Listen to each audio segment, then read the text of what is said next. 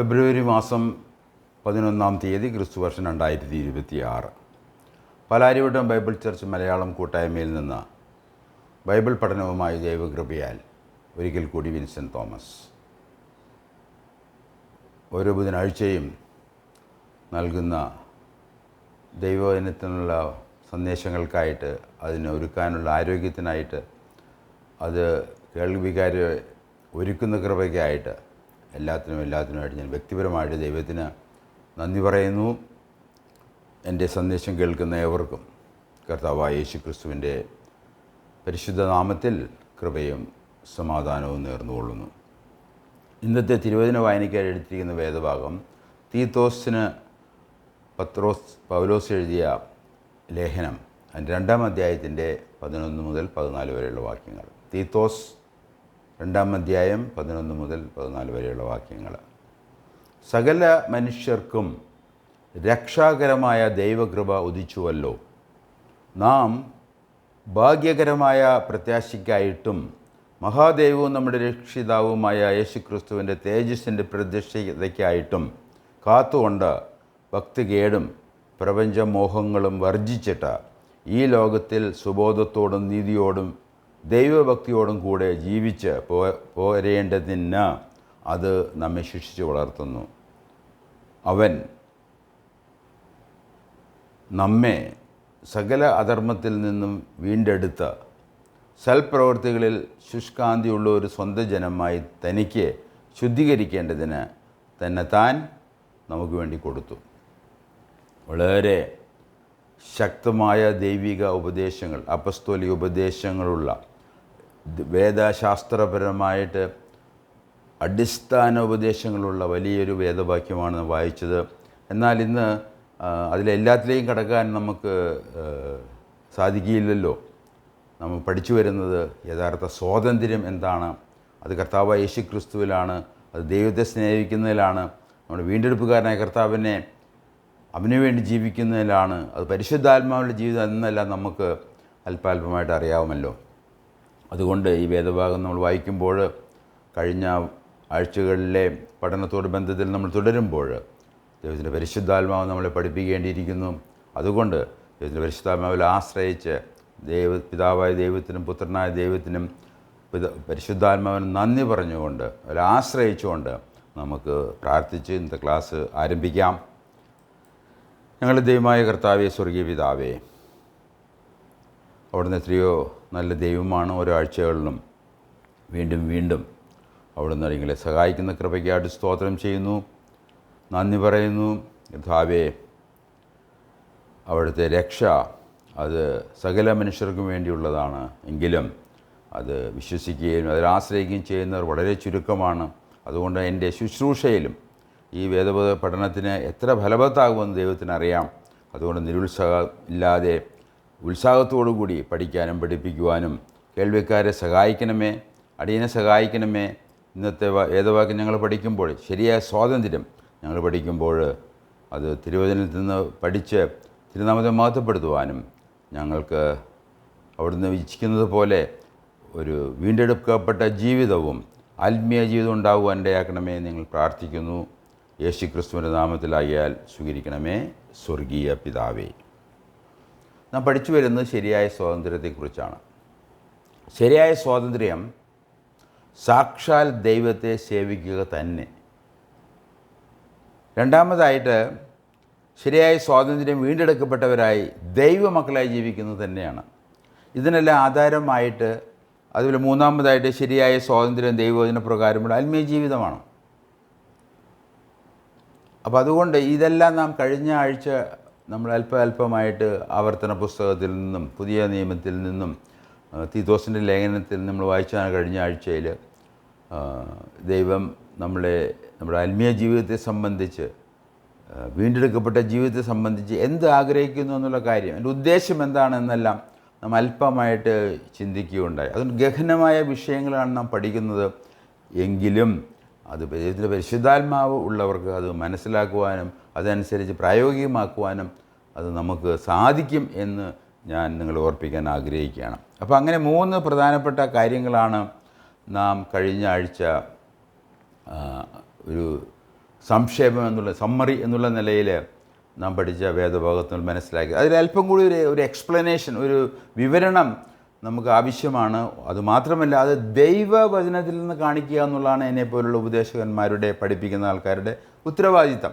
ഇത് ദൈവവചനത്തിലുള്ള ദൈവത്തിൻ്റെ ഇഷ്ടമാണ്, ദൈവത്തിൻ്റെ കൽപ്പനയാണ്, ദൈവത്തിൻ്റെ പദ്ധതിയിൽ ഇങ്ങനെയാണ് ദൈവം ആഗ്രഹിക്കുന്നത് എന്നെല്ലാം നാം മനസ്സിലാക്കുമ്പോഴാണ് അത് ശരിയാണ്, സത്യമാണ്. അതുകൊണ്ട് നമ്മളത് വിശ്വസിക്കാനും അത് ആശ്രയിക്കുവാനും അത് നമ്മുടെ ജീവിതത്തിൽ അനുസരിക്കുവാനും ഇടയാകുന്നു. ആദ്യമായിട്ട് ശരിയായ സ്വാതന്ത്ര്യം സാക്ഷാൽ ദൈവത്തെ സേവിക്കുക തന്നെ. അതിന് നമുക്ക് ഏദൻ തോട്ടത്തിലേക്ക് പോവാം. ആദിയിൽ ദൈവാകാശവും ഭൂമിയും സൃഷ്ടിച്ചു. ആ ആദിയിൽ 6 ദിവസം കൊണ്ട് ദൈവം സകല ചരാചരങ്ങളും, പ്രപഞ്ചം മൊത്തവും, കോസ്മോസ് എന്ന് ഇംഗ്ലീഷിലേക്ക് പരിഭാഷപ്പെടുത്തുന്നത് മൊത്തം, അത് ദൈവം സൃഷ്ടിച്ചു. ഇന്ന് ഹബിൾ ടെലസ്കോപ്പ് നിന്ന് അതുപോലെയുള്ള ടെലസ്കോപ്പുകളിലൂടെ നമുക്ക് ഈ പ്രപഞ്ചത്തെ നമ്മൾ കാണുമ്പോൾ നമ്മൾ അത്ഭുതകരമായി, നമുക്ക് അവിശ്വസനീയമായ രീതിയിൽ അത് അത്ഭുതകരമാണ്. ഈ ഗാലക്സികളും അതിൻ്റെ ദശലക്ഷ കോടിക്കണക്കിന് ഉള്ള അതും അതിലുള്ള നക്ഷത്രങ്ങളും അതിൻ്റെ ക്രമീകരണവും അതിൻ്റെ ഭംഗിയും അതിൻ്റെ എല്ലാം നമ്മുടെ സൃഷ്ടാവിലേക്ക് നയിക്കുകയാണ്. ഈ ദൈവം ഈ 6 ദിവസം കൊണ്ട് എല്ലാം സൃഷ്ടിച്ചു എന്നുള്ളതും നമ്മളെ സംബന്ധിച്ച് ആശ്ചര്യകരമായ കാര്യം തന്നെയാണ്. അതുകൊണ്ട് ഏതാനിലേക്ക് നമ്മൾ പോകുമ്പോൾ സൃഷ്ടിയിൽ ദൈവം ആഗ്രഹിച്ചത് നാം ദൈവത്തെ സേവിക്കുന്നവരായിരിക്കണം, അനുസരിക്കുന്നവരായിരിക്കണം, ദൈവത്തിൻ്റെ ഉദ്ദേശമനുസരിച്ച് ജീവിക്കുന്നവരായിരിക്കണം എന്നുള്ളതിന്. എന്നാൽ നമുക്കറിയാം, അത് ആദാമിൻ്റെ പാപനിമിത്തം അത് നമുക്ക് നഷ്ടമായി. അതുകൊണ്ട് നമ്മൾ തൻ്റെ പുത്രൻ മുഖാന്തരം നമ്മൾ വീണ്ടെടുത്ത് അതിലേക്ക് തിരിച്ചു വരുവാനുള്ള ഒരു സാധ്യത നമുക്കുണ്ട്. നമുക്കറിയാം, ഈ പ്രപഞ്ചം ശപിക്കപ്പെട്ടതാണ്. അപ്പോൾ ആദാമിൻ്റെ പാപത്തോടു കൂടി നമുക്ക് ആദാമിന് ദൈവം ശപിച്ചപ്പോൾ ഭൂമിയെ നിൻ്റെ പാപം നിമിത്തം ശപിക്കപ്പെട്ടു എന്നിവിടെ എഴുതിയിട്ടുണ്ട്. അതുപോലെ ഇത് ഈ ഭൂമിയുടെ വീണ്ടെടുപ്പ് അത് സംഭവിക്കാൻ പോകുന്നേ ഉള്ളൂ. എങ്കിലും ഈ ഏദാൻ തോട്ടത്തിൽ ദൈവം ആഗ്രഹിച്ച രീതിയിലുള്ള ഒരു ജീവിതം നമുക്ക് ദൈവമായിട്ട്, ദൈവത്തെ സ്നേഹിച്ചും അവനെ സേവിച്ചും ജീവിക്കാൻ സാധിക്കണം. അതിനുവേണ്ടിയാണ് കർത്താവ് യേശു ക്രിസ്തു നമ്മുടെ പാപങ്ങൾക്ക് വേണ്ടി മരിച്ചത്, നമ്മൾ വീണ്ടെടുത്തത് എന്ന് ഞാൻ ഓർപ്പിക്കാൻ ആഗ്രഹിക്കുന്നു. അതുകൊണ്ട് നമ്മൾ ഉൽപ്പത്തി പുസ്തകം 1-ാം അധ്യായത്തിലേക്ക് നമ്മൾ പോകുമ്പോൾ അവിടെ സൃഷ്ടിയുടെ പ്രമാണങ്ങളാണ് ഇവിടെ എഴുതിയിരിക്കുന്നത്. അതിൻ്റെ ദൈവിക ഉദ്ദേശങ്ങളെ നമുക്ക് കാണാം. മനുഷ്യനെ എന്തുകൊണ്ട് സൃഷ്ടിച്ചു, അതിൻ്റെ 1-ാം അധ്യായത്തിൻ്റെ 26 തൊട്ട് 29 വരെയുള്ള വാക്യങ്ങൾ നമ്മൾ വായിക്കുമ്പോൾ, അനന്തരം ദൈവം നാം നമ്മുടെ സ്വരൂപത്തിലും നമ്മുടെ സാദൃശ്യപ്രകാരം മനുഷ്യനെ ഉണ്ടാക്കുക, അവൻ സമുദ്രത്തിലുള്ള മത്സ്യത്തിന്മേലും ആകാശത്തിലുള്ള പർവ്വജാതികളിന്മേലും മൃഗങ്ങളിന്മേലും സർവ്വഭൂമിമേലും ഭൂമിയിൽ ഇഴയുന്ന എല്ലാ ഇഴജാതിയിന്മേലും വാഴട്ടെ എന്ന് കൽപ്പിച്ചു. അതിനുവേണ്ടി വാഴട്ടെ എന്ന് കൽപ്പിച്ചുകൊണ്ടാണ് ദൈവം അത് ആദാമിനെ സൃഷ്ടിച്ചത്.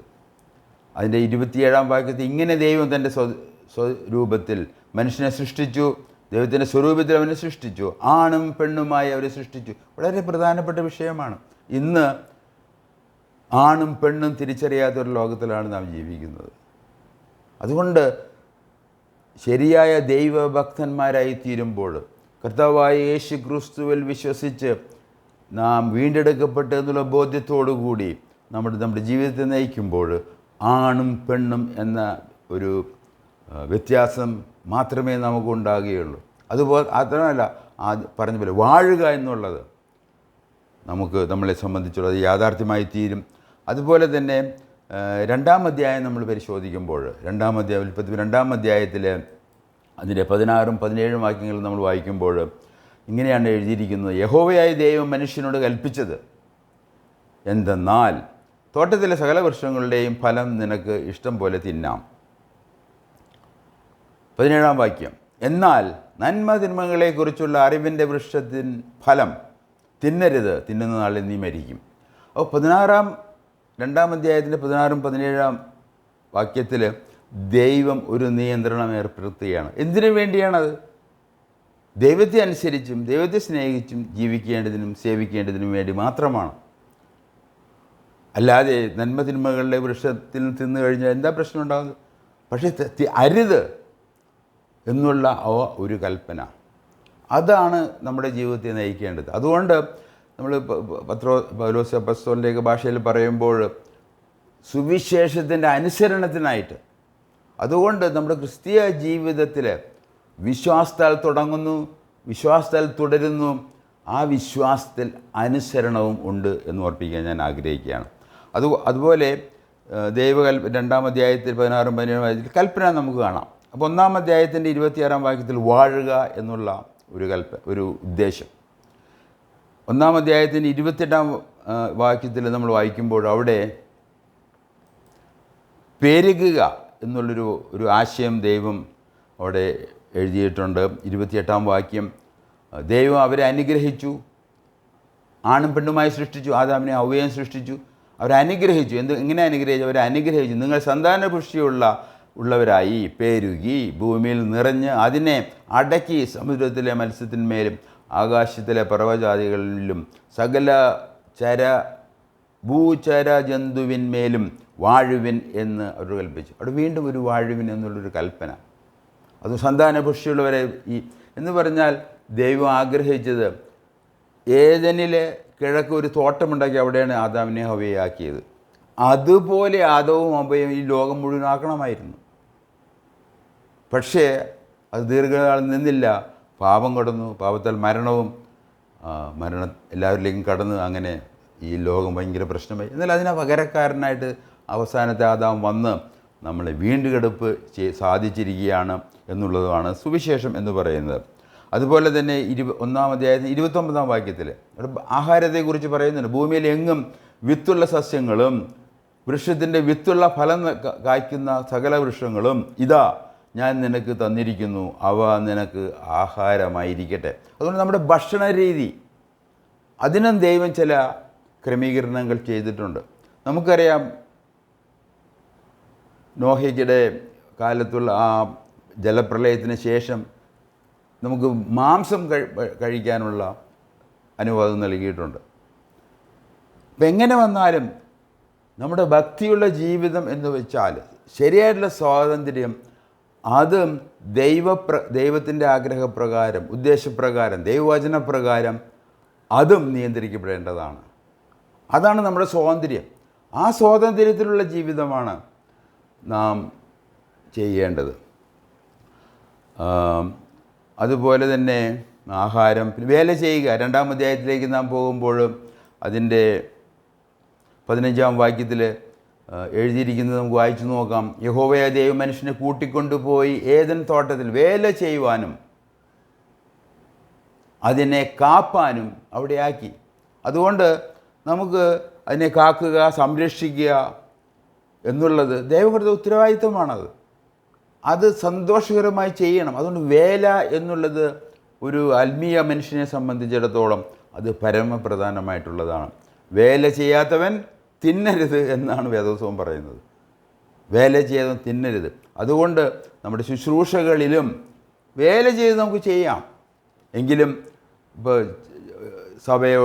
പ്രാദേശിക സഭയോടുള്ള ബന്ധത്തിൽ നമ്മളായിരിക്കുന്ന നമ്മുടെ സ്ഥലത്തെ ദൈവഭക്തന്മാരുടെ ഇടയിൽ നമ്മൾ ശുശ്രൂഷ ചെയ്യുമ്പോൾ അവരുടെ സഭയുടെ തീരുമാനങ്ങളനുസരിച്ച് ജോലി ഇല്ലാത്തവർക്കും അവരെ സപ്പോർട്ട് ചെയ്യേണ്ടത് സഭയുടെ ഉത്തരവാദിത്തമാണ്. അപ്പോൾ അങ്ങനെ നമുക്ക് ജീവിക്കാം. അതൊന്നും വിഷയമുള്ള കാര്യങ്ങളല്ല. എങ്കിലും വേല ചെയ്യുക എന്നുള്ളത് ദൈവത്തിൻ്റെ ഒരു പ്രമാണം. അതൊരു ആത്മീയ മനുഷ്യൻ എങ്ങനെയായിരിക്കും? അവൻ കഠിനാധ്വാനം ചെയ്യുന്ന, ദൈവത്തെ സേവിക്കുന്ന ഒരു വ്യക്തി തന്നെ ആയിരിക്കണമെന്നാണ് ദൈവം ഉദ്ദേശിച്ചത്. അതുകൊണ്ട് ഈ കാര്യത്തിൽ ഒരു ഗ്രഹവിചാരകൻ അല്ലെങ്കിൽ ഒരു കാര്യസ്ഥൻ്റെ ഉത്തരവാദിത്തം, നമ്മൾ ഏൽപ്പിച്ചിരിക്കുന്ന സാഹചര്യങ്ങൾ അത് ഏറ്റവും അനുഗ്രഹീതമായി ഉപയോഗിക്കുക എന്നുള്ളതും ഭക്തിയുടെ ലക്ഷണമാണ്. ഗ്രഹവിചാരകൻ അല്ലെങ്കിൽ കാര്യസ്ഥൻ നമ്മൾ ഏൽപ്പിച്ചിരിക്കുന്നത് ഉത്തരവാദിത്തമായിട്ട് ചെയ്യുന്ന, അതിന് ഒരുപാട് ഉപമകളൊക്കെ നമുക്ക് പഠിക്കാം, എങ്കിലും ഞാൻ അതിലേക്കും കടക്കുന്നില്ല. അതുപോലെ തന്നെ ദൈവം 2-ാം അധ്യായത്തിൻ്റെ 18-ാം വാക്യത്തിൽ തക്ക തുണയെ കൊടുത്തു. എൻ്റെ ഭാര്യ എപ്പോഴും പറയാറുണ്ട്, തക്ക തുണ, അത് തക്ക ഇണയുമായിരിക്കണം. തുണയും ഇണയും എന്നുള്ളൊരാശയം എൻ്റെ ഭാര്യ പറയാറുണ്ട്. എന്നാൽ ദൈവവചനം പറയുന്നത് തക്ക തുണയെ നൽകി എന്നുള്ളത് തന്നെ. ദാമ്പത്യ ജീവിതം, ഭാര്യാഭർത്തൃ ജീവിതം, അത് അടിസ്ഥാന ബന്ധമാണ്. അതിൽ നിന്നാണ് കുടുംബങ്ങളുണ്ടാകുന്നത്. ഇന്ന് ആ ഒരു വ്യത്യാസം പല സഭകളിലും ഇല്ല. പല ശുശ്രൂഷകൾ, വിവാഹ ശുശ്രൂഷകൾ ഇത് പറയാറില്ല. ദാമ്പത്യ ജീവിതം പരമപ്രധാനമായിട്ടുള്ളൊരു വിഷയമാണ്. കുടുംബജീവിതം, ദാമ്പത്യ ജീവിതം നന്നായാലേ കുടുംബജീവിതം നന്നാകുകയുള്ളൂ. ഇവിടെ പ്രശ്നം പറ്റി ഇത് ആദാമിനും ഹവ്വയുടെ ഇടയിൽ ഇതാ വേറൊരുത്തം വരികയാണ്. അവിടെ പ്രശ്നങ്ങൾ തുടങ്ങുകയാണ്. അതുകൊണ്ട് തക്ക തുണ, ദാമ്പത്യ ജീവിതം അത് അടിസ്ഥാനമായിട്ട് ദൈവഹിതമാണ്. അത് ആത്മീയ ജീവിതത്തിന് അത് അത്യന്താപേക്ഷിതമാണ്. അതുപോലെ തന്നെ 2-ാം അധ്യായത്തിൻ്റെ 19-ാം വാക്യത്തിൽ വേറെ ഉത്തരവാദിത്വം കൊടുത്തു, ജീവജന്തുക്കൾക്ക് പേരിടുക എന്നുള്ളതാണ്. പല ദൈവഭക്തന്മാരുടെയും വേദപണ്ഡിതന്മാരുടെയും അഭിപ്രായത്തിൽ ഒരാൾക്ക് പേരിടും. നമുക്ക് നമ്മുടെ മക്കളെ പേരിടുന്നത് നമ്മളാണ്. മക്കൾക്ക് പേരിടുന്നത് ഞാൻ കണ്ടിട്ടില്ല ആരെങ്കിലും ഇങ്ങനെ വലുതായി കഴിയുമ്പോൾ പേര് മാറ്റുന്നത്. അപ്പനിട്ട് പേര്, അതാണ് നമ്മുടെ പേര്. അല്ലെങ്കിൽ അപ്പനും അമ്മയും ചേർന്നിട്ടത്, അല്ലെങ്കിൽ അമ്മയുടെ പേര്, അതാണ് നമ്മുടെ പേര്. അത് മാറാൻ പോകുന്നില്ല. എന്നാൽ ആദാം അത് പേരിട്ടപ്പോൾ അത് തീർച്ചയായിട്ടും അതിൻ്റെ സ്വഭാവവും പ്രകൃതിയൊക്കെ നോക്കി ഒരു കുഞ്ഞാടിനെ കണ്ടിട്ട്, അത് കുഞ്ഞാട്, അത് ലാമ്പ് എന്ന് നമ്മൾ ഇംഗ്ലീഷ് വിളിക്കുമ്പോൾ അത് ഗ്രീക്ക് ഭാഷയിൽ പൊയ്മീൻ എന്നുള്ളൊരു വാക്കാണ്. അപ്പോൾ അങ്ങനെ ഉള്ള വാക്ക് അത് ആദ്യം എബ്രായ ഭാഷയിലാണ് അത് വിളിച്ചതെങ്കിൽ ആ പേരിന് അതിൻ്റേതായ അർത്ഥവും അതിനുള്ള കഴിവും എല്ലാം ദൈവം കൊടുത്തിരുന്നു. അപ്പോൾ ഇങ്ങനെയുള്ള ഒരു ജീവിതമാണ് ദൈവമായിട്ടുള്ള ബന്ധത്തിൽ ദൈവത്തെ സ്നേഹിക്കുന്ന, സേവിക്കുന്ന ഉള്ളൊരു ജീവിതമായിരുന്നു ഏദാൻ തോട്ടത്തിൽ ദൈവം ആഗ്രഹിച്ചത്. ഏദനിലെ മാതൃക തുടരാൻ തക്കവണ്ണം ഒരു അവസരം നൽകിയാണ് നമ്മുടെ കർത്താവ് യേശുക്രിസ്തുവിന്റെ വീണ്ടെടുപ്പിൽ, അവൻ്റെ കാൽവരി ക്രൂശിലെ മരണവും പുനരുത്ഥാനത്തിൽ നമ്മൾ വിശ്വസിക്കുമ്പോൾ, നമ്മൾ വീണ്ടെടുക്കപ്പെട്ടെന്നുള്ള ബോധ്യം നമുക്ക് ലഭിക്കുമ്പോൾ, പരിശുദ്ധാത്മാവ് നമ്മളിലേക്ക് വരുമ്പോൾ, നമുക്ക് ഈ ജീവിതം, ഏതെങ്കിലും നഷ്ടപ്പെട്ട ആ ജീവിതം ഭാഗികമായിട്ടെങ്കിലും നമ്മുടെ ജീവിതത്തിൽ ഈ നാം പറഞ്ഞ എല്ലാ രീതികളിലും, വിവാഹ ജീവിതത്തിലും ദാമ്പത്യ ജീവിതത്തിലും അതുപോലെ കുടുംബജീവിതത്തിലും സാമൂഹ്യ ജീവിതത്തിലും നമ്മളുടെ സഭാജീവിതത്തിലും എല്ലാം അത് ഒരു നല്ല കാര്യസ്ഥൻ എന്നുള്ള ഉത്തരവാദിത്വത്തോടുകൂടി നമുക്ക് ചെയ്യാൻ സാധിക്കണം എന്ന് തന്നെയാണ് ദൈവം ആഗ്രഹിക്കുന്നത്. വീണ്ടെടുക്കപ്പെട്ടവർക്ക് ഏതിനിലെ മാതൃക തുടരാനുള്ളൊരു അവസരമാണ്. രണ്ടാമതായിട്ട് ശരിയായ സ്വാതന്ത്ര്യം വീണ്ടെടുക്കപ്പെട്ടവരായ ദൈവമക്കളായി ജീവിക്കുക എന്ന് തന്നെയാണ്, ദൈവമക്കൾ എന്നുള്ള നിലയിൽ. കാരണം നമ്മൾ പഴയ നിയമത്തിലേക്ക് പോകുമ്പോൾ നമുക്കറിയാം, അവിടെ ന്യായപ്രമാണം നൽകുമ്പോൾ ആവർത്തന പുസ്തകത്തിൽ വീണ്ടും വീണ്ടും ദൈവം ഇസ്രായേൽ മക്കൾ ഓർപ്പിക്കുന്നത്, നിങ്ങളെ അടിമ വീടായ മിസ്രൈമിൽ നിന്ന്, അവരുടെ ദേവന്മാരിൽ നിന്നും, അവരുടെ ഫറോവനിൽ നിന്നും ഞാൻ മോചിപ്പിച്ച, അടിമത്വത്തിൽ നിന്ന് സ്വാതന്ത്ര്യത്തിലേക്ക് മോചിപ്പിച്ച, വീണ്ടെടുത്ത ദൈവം ഞാനാകുന്നു. അതുകൊണ്ട് നിങ്ങൾക്ക് വേറെ ദൈവങ്ങളുണ്ടാകരുത്. അതുകൊണ്ട് ആ ഒരു അടിസ്ഥാനമായിട്ടുള്ള മാറ്റം നമ്മുടെ ജീവിതത്തിൽ വരണം. അതിനാണ് നമ്മളിവിടെ ഇങ്ങനെ എഴുതിയിരിക്കുന്നത്, ശരിയായ വീണ്ടെടുക്കപ്പെട്ടവരായി ദൈവമക്കളായി ജീവിക്കുന്നത് തന്നെ. പുതിയ നിയമത്തിൽ ഈ ഉപദേശം, ഈ വീണ്ടെടുപ്പിൻ്റെ ഉപദേശം തീത്തോസിൻ്റെ ലേഖനം 2-ാം അധ്യായത്തിൻ്റെ 11 മുതൽ 14 വരെയുള്ള വാക്യങ്ങൾ നമ്മൾ വായിക്കേണ്ടത്. എന്തിനു വേണ്ടിയാണ് നമ്മളെ വീണ്ടെടുത്തത്? തീത്തോസിൻ്റെ ലേഖനം നമ്മൾ വായിക്കുമ്പോൾ നമ്മളൊന്നുകൂടി വായിച്ചു കേൾപ്പിക്കാൻ ഞാൻ ആഗ്രഹിക്കുകയാണ്. അതിൻ്റെ 2-ാം അധ്യായത്തിൻ്റെ 14-ാം വാക്യത്തിൽ,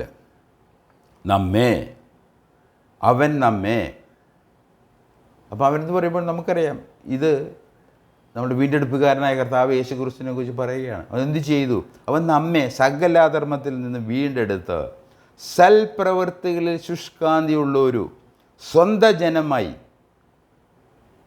തനിക്ക് ശുദ്ധീകരിക്കേണ്ടതിന്. അപ്പോൾ യേശുക്രിസ്തുവിന് ഒരു കൂട്ടം ജനം ദൈവം മുൻകട്ടി കണ്ടിരിക്കുകയാണ്. അതാരാണത്? പഴയ നിയമത്തിൽ അത് ഇസ്രായേലായിരുന്നു. പുതിയ നിയമത്തിൽ കർത്താവായ യേശുക്രിസ്തുവിന്റെ കാൽവരി മരണം, പുനരുത്ഥാനം, അതുപോലെ സ്വർഗാരോഹണം, അതിനുശേഷം പിതാവായ ദൈവത്തിൻ്റെ സന്നിധിയിൽ സ്വർഗത്തിൽ വലതുഭാഗത്ത് ഇരിക്കുന്ന ആ കർത്താവായ യേശുക്രിസ്തു പരിശുദ്ധാത്മാവിനെ അയച്ച് സഭ ആരംഭിക്കുകയാണ്. അതിന് മണവാട്ടി സഭ എന്ന് പറയുന്നത്. അപ്പോൾ ഇങ്ങനെ ഒരു തനിക്ക് വേണ്ടി ഉള്ള ഒരു ജനം, എന്തിനു വേണ്ടിയാണ്? അവരുടെ ശുഷ്കാന്തിയുള്ള, സൽപ്രവൃത്തി ശുഷ്കാന്തിയുള്ള, ശുദ്ധീകരിക്കപ്പെട്ടവരെ, ഇതാണ് ദൈവം ആഗ്രഹിക്കുന്നത്. അതിനുവേണ്ടി എന്ത് ചെയ്തു? യേശു ക്രിസ്തു, നമ്മുടെ വീണ്ടെടുപ്പുകാരനായ യേശു ക്രിസ്തു തന്നെത്താൻ നമുക്ക് വേണ്ടി കൊടുത്തു. എന്നാൽ അത് POC ബൈബിളിൽ തർജ്ജമ ചെയ്തിരിക്കുന്നത് ബലി അർപ്പിച്ചു എന്നാണ്. കാരണം അതിൽ വലിയൊരു ദുരുപദേശം അന്തർലീനമായിട്ടുണ്ട്. കാരണം അവരുടെ ഏറ്റവും പ്രധാനപ്പെട്ട ആത്മീയ ജീവിതം എന്ന് പറയുന്നത്, അല്ലെങ്കിൽ ക്രൈസ്തവ ജീവിതം, റോമൻ കത്തോലിക്ക ജീവിതം എന്താണ്? ഈ ബലിയർപ്പണമാണ്. ബലിയർപ്പണം അത് തികച്ചും തെറ്റായ ഒരു പ്രവൃത്തി തന്നെയാണ്. കാരണം ഇവിടെ പറഞ്ഞിരിക്കുന്നവൻ നമുക്ക് വേണ്ടി കൊടുത്തു, ഓൾറെഡി കൊടുത്തു കഴിഞ്ഞു. അത് ഓർക്കുന്നത് നല്ല കാര്യമാണ്. എന്നാൽ അതേപോലെ തന്നെ വീണ്ടും വീണ്ടും ബലി, അതുകൊണ്ടാണ് അവരങ്ങനെ അത് പരിഭാഷപ്പെടുത്തിയിരിക്കുന്നതെന്ന് ഞാൻ വിചാരിക്കുകയാണ്. എന്നാൽ അത് നമുക്ക് വേണ്ടി അവന് തന്നെ കൊടുത്തു എന്നാണ് എഴുതിയിരിക്കുന്നത്. ഗേവ് ഹിംസെൽഫ് എന്നാണ് ഇംഗ്ലീഷിൽ പരിഭാഷപ്പെടുത്തിയിരിക്കുന്നത്.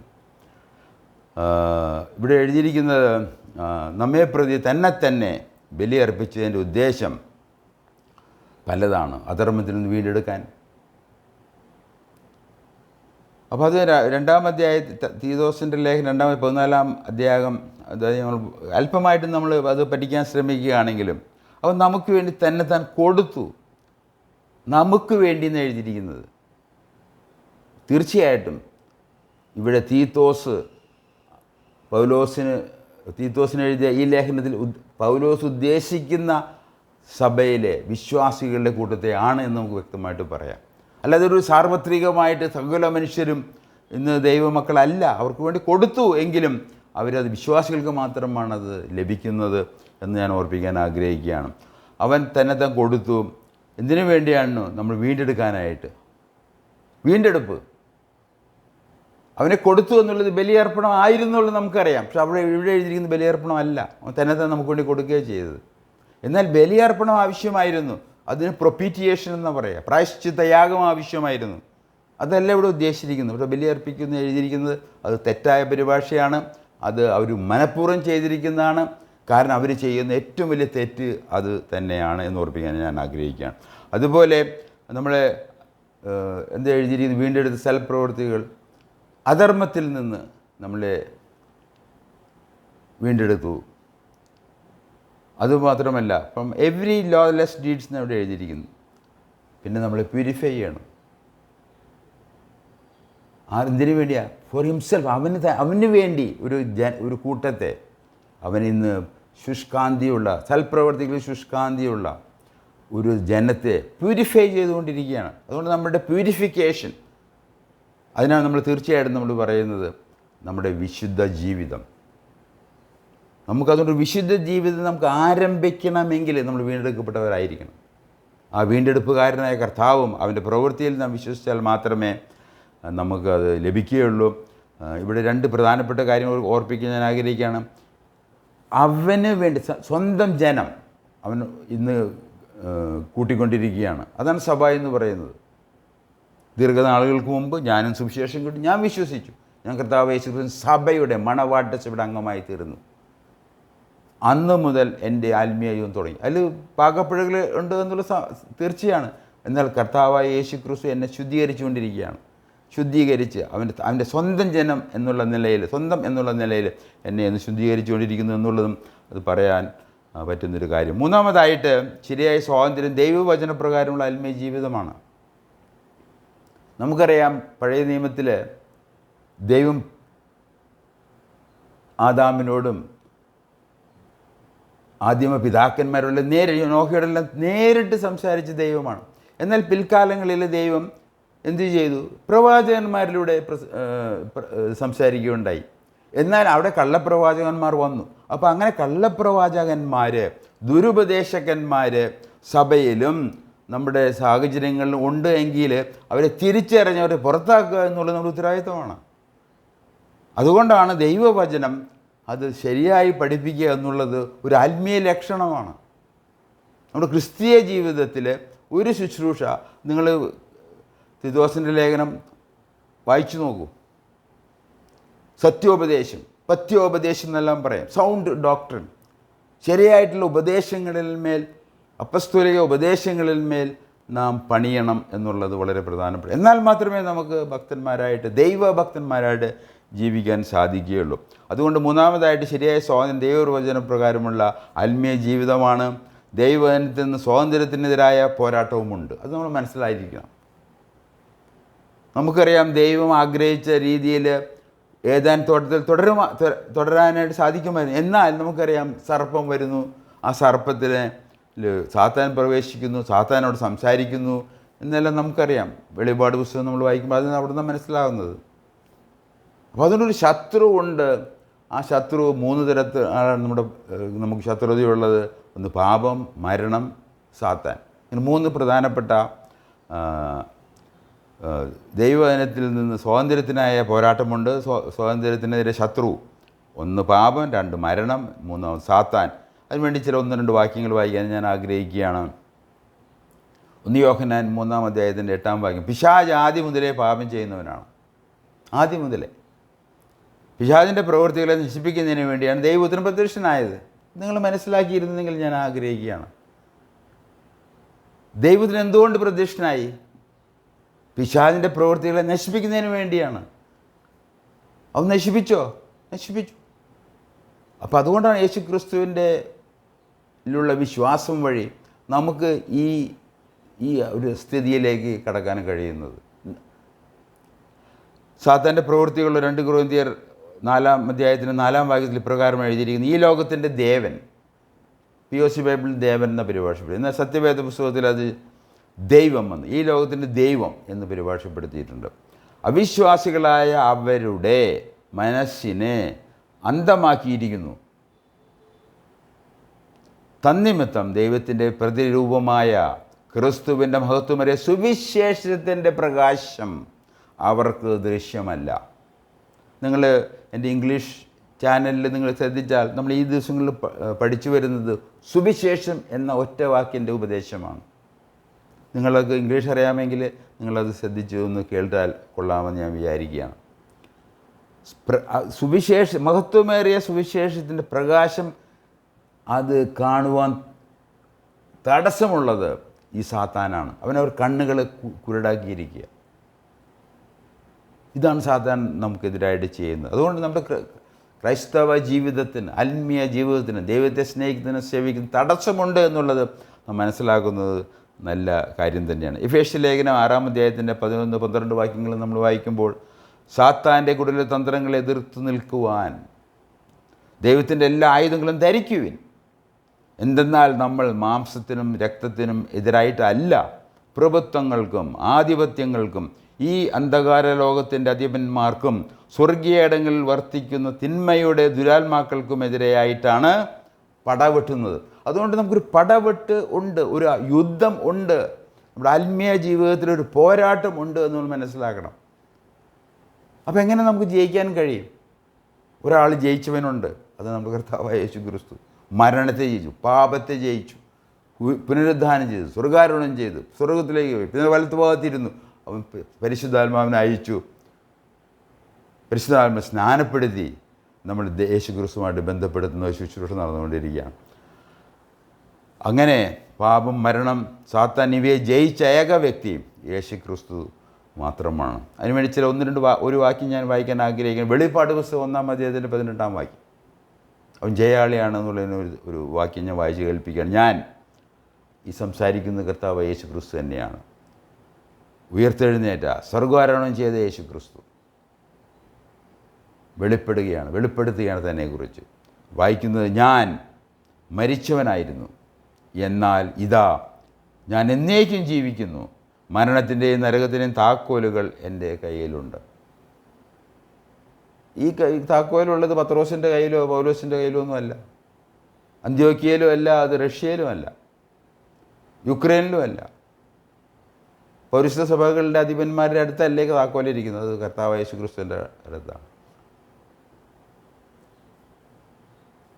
അതുകൊണ്ട് ഈ സാക്ഷാൽ ജയാളിയായ കർത്താവ് മാത്രമാണ് നമ്മൾക്ക് വിജയം നൽകുന്നത്. Lo behold I am victorious. കർത്താവ് പറഞ്ഞ വാക്കുകളാണത്. ഞാനിതാ ജയിച്ചിരിക്കുന്നു. പുനരുദ്ധാനമാണ് അതിൻ്റെ ലക്ഷണം, അതിൻ്റെ അടയാളം എന്ന് ഓർപ്പിക്കണം. ചില ചരിത്ര യാഥാർത്ഥ്യങ്ങൾ പറഞ്ഞു നിന്ന് ക്ലാസ് അവസാനിപ്പിക്കാമെന്ന് ഞാൻ വിചാരിക്കുകയാണ്. ക്രിസ്ത്യാനി ഉണ്ടായത് എപ്പോഴെന്നുള്ളത് വലിയ വിഷയമാണ്. എപ്പോഴാണ് ക്രിസ്ത്യാനി ഉണ്ടായത്, സഭ എപ്പോഴാണ് ആരംഭിച്ചത് എന്നുള്ളത്.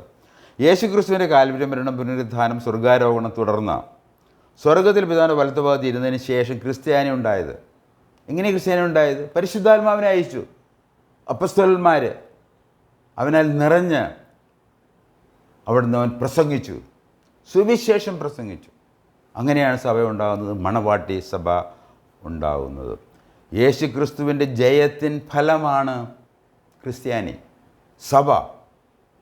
യോഹന്നാൻ്റെ സുവിശേഷം 14-ാം അധ്യായം അതിൻ്റെ 16-ാം വാക്യം നിങ്ങൾ വായിച്ച് കേൾപ്പിക്കാൻ ഞാൻ ആഗ്രഹിക്കുകയാണ്. 14-ാം വാക്യം, 14-ാം അധ്യായം, യോഹന്നാൻ്റെ 14-ാം അധ്യായത്തിൻ്റെ 16-ഉം 26-ഉം വാക്യങ്ങൾ.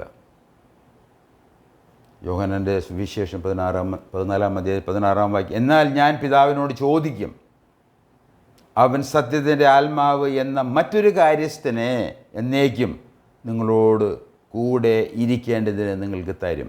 അതിൻ്റെ 26-ാം വാക്യം. സമാധാനം ഞാൻ എങ്കിലും പിതാവ് എൻ്റെ നാമത്തിൽ അയപ്പാനുള്ള പരിശുദ്ധാത്മാവ് എന്ന കാര്യസ്ഥൻ നിങ്ങൾക്ക് സകലവും ഉപദേശിച്ച് തരികയും ഞാൻ നിങ്ങളോട് പറഞ്ഞതൊക്കെയും നിങ്ങളെ ഓർമ്മപ്പെടുത്തുകയും ചെയ്യും. അങ്ങനെ പരിശുദ്ധാത്മാവിനെ അയച്ചാണ് സഭ ആരംഭിക്കുന്നതും സഭയെ പഠിപ്പിക്കുന്നതും പരിശുദ്ധാത്മാവ് തന്നെയാണ്. അതുകൊണ്ടാണ് ഞാൻ എൻ്റെ എല്ലാ ശുശ്രൂഷകളിലും ഞാൻ പറയാറുള്ളൊരു വിഷയമാണ്, ഞാൻ അതിനൊരു മുഖാന്തരം മാത്രമാണ്. നിങ്ങൾ തിരുവചനത്തിലേക്ക് തിരിഞ്ഞ് തിരുവചനത്തിലെ കർത്താവേശിൽ വിശ്വസിച്ച് പരിശുദ്ധാത്മാവ് ലഭിച്ചവരുടെ ആ പരിശുദ്ധാത്മ നിങ്ങളെ പഠിപ്പിക്കും.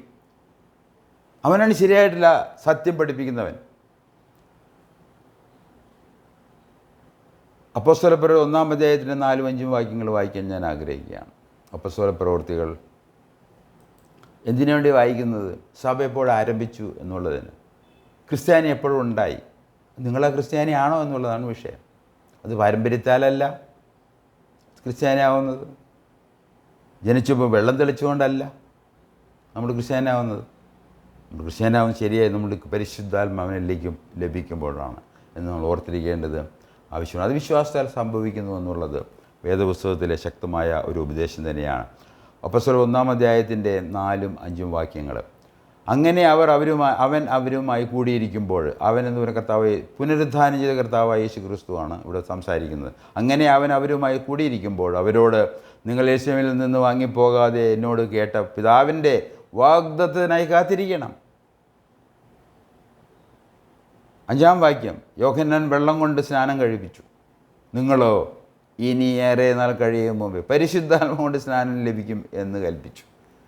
ഇത് വെള്ളത്തിൻ്റെ പരിപാടിയല്ല, അത് പരിശുദ്ധാത്മാവിൻ്റെ സ്നാനമുണ്ട്. സ്നാനം എന്ന് പറഞ്ഞാൽ ഒരു വ്യക്തിയെ അല്ലെങ്കിൽ ഒരു വസ്തുവിനെ ഒന്നിനോട് അതിനെ തുലനം ചെയ്ത് ഐഡൻറ്റിഫൈ എന്ന് ഇംഗ്ലീഷിൽ പറയുക. അതാണ് സ്നാനം എന്നുള്ളത്. അല്ലാതെ ഒരാൾ വെള്ളം തെളിച്ചുകൊണ്ട് ഒന്നും സംഭവിക്കാൻ പോകുന്നില്ല. വെള്ളത്തിൽ മുങ്ങിയതുകൊണ്ട് മുഴുകൽ സ്നാനത്തിൽ വിശ്വസിക്കുന്ന ഞങ്ങളെല്ലാം മുഴുകൽ സ്നാനം എടുത്തുകൊണ്ടും അഴുക്ക് പോകുന്നതല്ലാതെ പരിശുദ്ധാത്മാവ് ലഭിക്കണമെന്നില്ല. അതുകൊണ്ട് പരിശുദ്ധാത്മാവ സ്നാനമാണ് ശരിയായിട്ടുള്ള സ്നാനം. അത് ലഭിക്കുമ്പോൾ നാം അങ്ങനെയാണ് ആദ്യമ സഭ തുടങ്ങിയത്. അങ്ങനെയുള്ള ആ കർത്താവ് യേശുവിൽ വിശ്വസിച്ച് പരിശുദ്ധാത്മയുള്ളവരാണ് യഥാർത്ഥ സഭ. ഇതിനോടുള്ള ബന്ധത്തിൽ പറയാൻ ആഗ്രഹിക്കുന്ന ഒരു കാര്യം, നോ റൂട്ട് നോ ഫ്രൂട്ട്. വേരില്ലെങ്കിൽ ഫലമില്ല. വേരില്ലാതെ ഫലമുണ്ടാവില്ല. വേര് കാൽവരി ക്രൂശിലെ യേശുവിൻ്റെ ജയമാണ്. അതാണ് നമ്മുടെ വേര്. ക്രൂശിലെ ഫലമോ പരിശുദ്ധാത്മാവിനെ അയച്ചു. യേശുവിൻ്റെ മണവാട്ടി സഭ, ക്രൈസ്തവ സഭ ആരംഭിച്ചു. അതാണ് എൻ്റെ ഫ്രൂട്ട്. അതാണ് എൻ്റെ വേരിൽ നിന്ന് ആരംഭിക്കാതെ നമുക്ക് ഫലം ഉണ്ടാകുകയില്ല. ആയതിനാൽ വീണ്ടെടുപ്പുകാരനായ യേശു ക്രിസ്തുവിൻ്റെ കാൽവരി യാഗത്തിൽ വിശ്വസിച്ച് സ്വതന്ത്രരായി ദൈവത്തെ സേവിക്കാം, സ്നേഹിക്കാം.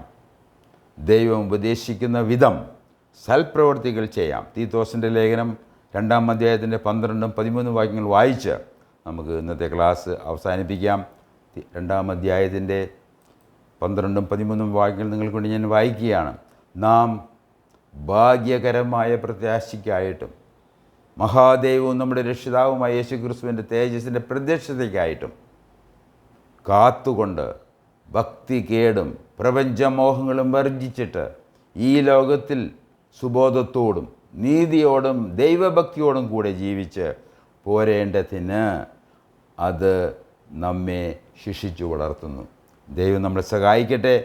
ഒരു വലിയ ഏദാൻ തോട്ടത്തിൽ നഷ്ടപ്പെട്ട ഒരു വലിയ ജീവിതം യേശുക്രിസ്തുവിൽ നമുക്ക് സാധ്യമാണ്. അത് ദാനമായിട്ട് കൃപയാൽ നൽകുന്നതാണ് എന്ന് ഓർപ്പിച്ച് ഇന്നത്തെ ക്ലാസ് ഞാനിവിടെ അവസാനിപ്പിക്കുകയാണ്. ദൈവഭക്തിയോടെ ജീവിക്കാൻ ദൈവം സഹായിക്കട്ടെ. നമുക്ക് പ്രാർത്ഥിച്ച് ക്ലാസ് അവസാനിപ്പിക്കാം. സ്വർഗീയ പിതാവേ, കേൾപ്പിച്ച വചനത്തിനായിട്ട് നന്ദി പറയുന്നു. പരിശുദ്ധാത്മാവ് ഞങ്ങളെ പഠിപ്പിക്കുകയും അത് വിശ്വസിക്കാനല്ല ആശ്രയിക്കുവാനും അങ്ങനെ ഒരു ഭക്തന്മാരായിട്ട് ദൈവഭക്തന്മാരായിട്ട് ജീവിക്കാനും അടിയങ്ങളെ സഹായിക്കണമേ. മഹത്വം അവിടത്തേക്ക് നൽകുന്നു. യേശു ക്രിസ്തുവിൻ്റെ നാമത്തിൽ അപേക്ഷിക്കുന്നു. ആമേൻ. കേട്ടതിന് നന്ദി. ദൈവം അനുവദിച്ചാൽ അടുത്ത ആഴ്ച കാണാം, കേൾക്കാം, തുടരാം.